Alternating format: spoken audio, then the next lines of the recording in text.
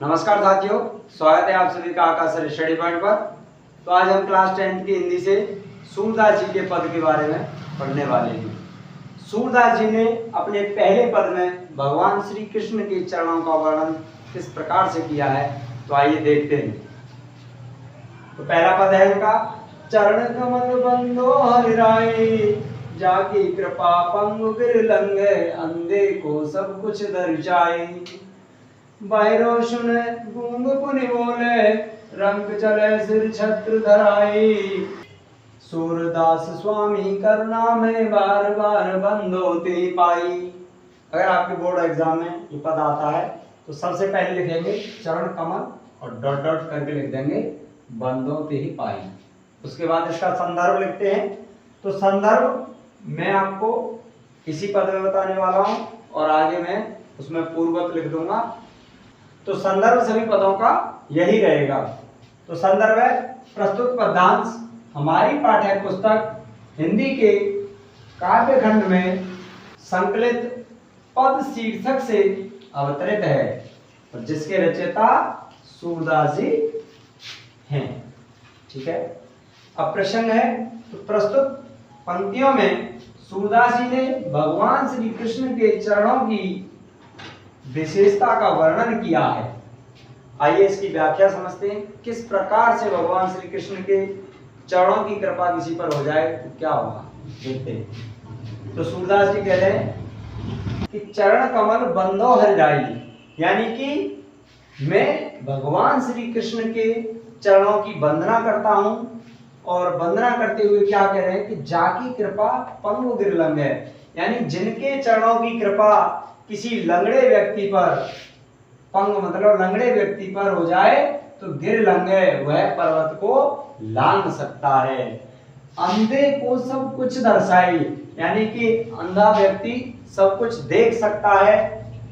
बहरो सुने, यानी कि जो बहरा व्यक्ति है वह सुनने लगता है। गूंग पुण्य बोले, यानी जो गूंगा व्यक्ति है वो पुण्य बोलने लगता है। और रंग चले सिर छत्र धराई, यानी कि एक भिखारी भी और राजा की तरह सिर पर मुकुट धारण करके चल सकता है। सूरदास स्वामी करुणा में बार बार बंदों दे पाई, और सूरदास जी कहते हैं कि मैं ऐसे स्वामी की, ऐसे करुणा निधान की चरणों की बार बार वंदना करता हूं। तो चलिए नेक्स्ट पद पढ़ते हैं। तो इस पद में सूरदास जी ने निर्गुण ब्रह्म की चर्चा की है, यानी कि निर्गुण ब्रह्म के बारे में बताया है। तो ये पद है, अवगत गति कछु कहत न आवे, जो गूंगे मीठे फल को रस अंतर्गत ही भावे। परम स्वाद सबई सुनिरंतर, अमित तोष उपजावे। मन वाणी को अगम अगोचर, सो जाने जो पावे। रूप रेख गुण जात जुगत बिन, निरालंब कित धावे। सब विधि अगम विचार ताते, सूर शगुन पद गावे।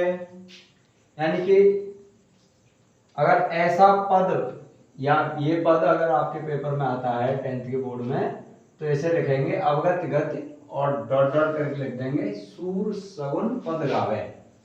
ठीक है, और इसका संदर्भ मैंने अभी पहले पद के नीचे लिखा था तो वही रहेगा पूर्वक। और इसका प्रसंग है, प्रस्तुत पंक्तियों में सूरदास जी ने निर्गुण ब्रह्म की विशेषताओं का वर्णन किया है, निर्गुण ब्रह्म के बारे में बताया है। चलिए इसकी व्याख्या समझते हैं। तो अवगत गति कछु कहत न आवे, सूरदास जी कहते हैं कि अवगत गति यानी निर्गुण ब्रह्म के बारे में कछु कहत न आवे, यानी कि कुछ कहा नहीं जा सकता। जिस प्रकार जो गूंगे मीठे फल को रस अंतर्गत ही भावे, जिस प्रकार कि कोई गूंगा व्यक्ति मीठे फल के स्वाद को, उसके रस को अपनी अंतरात्मा में ही समझ सकता है, उसी प्रकार परम स्वाद सबई सुनिरंतर अमित तोष उपजावे। और परम स्वाद यानी उस फल का स्वाद सबई सुनिरंतर अमित तोष उपजावे, उसकी अंतरात्मा में, उसी के मन ही मन अत्यंत संतुष्टि प्रदान करता है।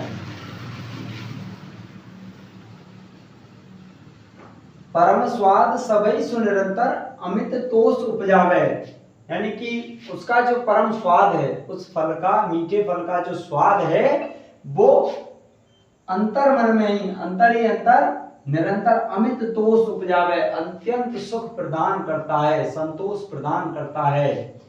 मन वाणी को अगम अगोचर सो जाने जो पावे, उसी प्रकार मन वाणी को अगम अगोचर, जो मन से और वाणी से अगम्य है, अगोचर है यानी जो इंद्रियों से परे है, सो जाने जो पावे, और जो उसे जानता है वही पा सकता है।